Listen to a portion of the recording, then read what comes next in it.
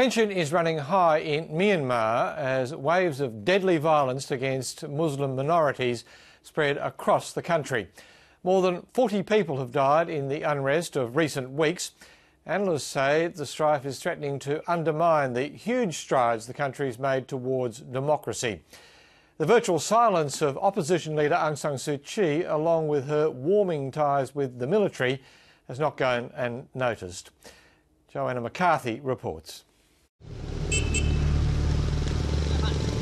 43 people dead, 12,000 driven from their homes. The United Nations says Muslim homes were targeted for attack with brutal efficiency. A local curfew fails to prevent another night of violence in Mektila. Mobs took to the streets, targeting mainly Muslim buildings. I'm really sad about what's happened here because this isn't just happening to one person, it's affecting us all. As a Buddhist, I don't want anybody to get hurt. I went to Mektila. I visited the refugee camps there. Various rumours were spreading.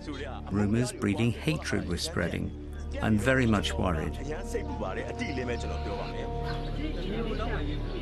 On Monday, this fire in an Islamic school in Yangon claimed the lives of 13 boys. Police say it was due to an electrical fault, but the incident has heightened religious tensions, with rumours the fire was deliberately lit. Many children died due to a lack of oxygen. As the children could not manage to go downstairs when it was on fire, they had to stay upstairs and suffered severe oxygen deficit. It follows sectarian violence in Rakhine State last year, which left nearly 200 people dead. The larger problem is that these events are not being thoroughly investigated.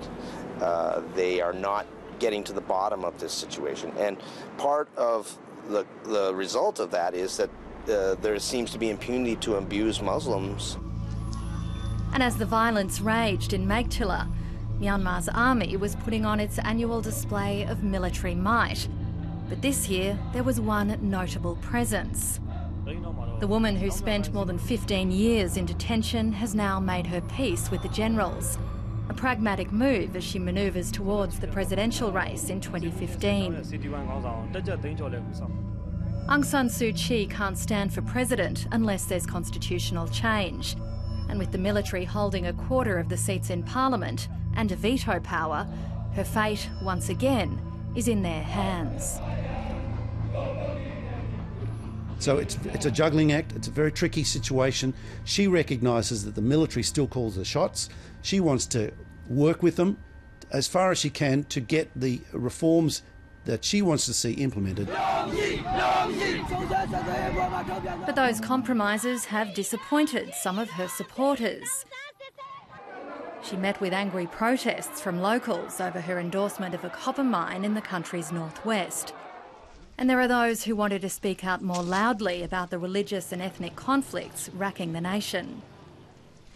As a democracy icon, Aung San Suu Kyi enjoyed an almost saintly image. As a politician, she finds herself on shakier ground.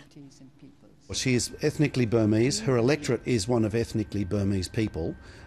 There's actually little in it politically, domestically for her to be an advocate for groups such as those, the Muslim people who've been affected in central Myanmar and in Rakhine State as well.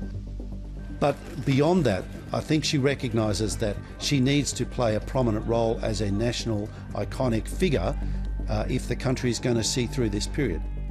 This is something we will definitely like to see for Aung San Suu Kyi to take the stand and speak out, because we are seeing a situation where the vulnerable communities are not protected by the state. I think it's very important because Aung San Suu Kyi is a figure, a person that all the people have confidence and trust. Khin Omar was a leading figure in the student uprisings in Myanmar, then Burma, in 1988. She's been in exile ever since and says she'll only return when the government grants full amnesty to all political activists. From her vantage point just across the border in Thailand, She feels some sympathy for Aung San Suu Kyi and what she's trying to achieve. It seems that she's really trying to reach out to the army, knowing that without the army, we cannot change this undemocratic constitution. But I think from Aung San Suu Kyi's side, she's trying. But you know, for every compromise and negotiation, it cannot be only one side. Kino Ma says she'll be disappointed if the changes begin and end with allowing Aung San Suu Kyi to run for the presidency. We need to make sure this constitution protects the human rights of the people. We need to make sure this constitution really allows the genuine equality of our ethnic nationalities in the country. And we have to make sure also this constitution actually makes sure the Burma army is held accountable and according to the law. But the army's made clear it has no plans to loosen its grip on power anytime soon. On Armed Forces Day, the Chief Commander told his audience the military would continue to play a political role during the country's democratic transition. The military still, I think, will want to control the shots. They may institute some reforms, perhaps to allow Aung San Suu Kyi to become president. And there lies the dilemma for the woman known as Myanmar's Mandela, a symbol of the country's democratic ambitions, its huge political challenges, and the faith of a people who feel they've suffered for too long.